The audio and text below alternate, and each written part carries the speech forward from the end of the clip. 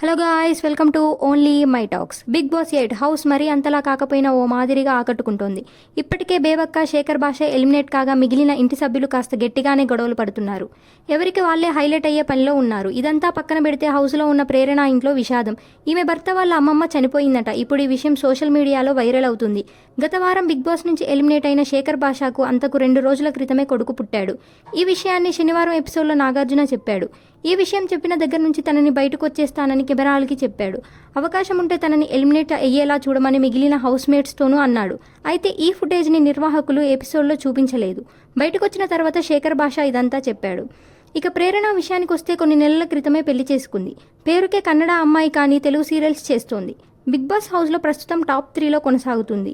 అలాంటిది ఇప్పుడు ఈమె ఇంట్లో విషాదం నెలకొంది. ఈ విషయం మంగళవారం ఎపిసోడ్లో ఈమెకు చెప్పే అవకాశం ఉంది.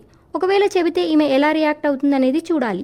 అలానే ఇంట్లో బాధతో గేమ్పై దృష్టి పెడుతుందా, లేదంటే హౌస్ నుంచి బయటకు పంపే ప్లాన్ ఏమైనా చేస్తారా అనేది చూడాలి. ఇలాంటి అప్డేట్స్ కోసం please like, share, subscribe OMT.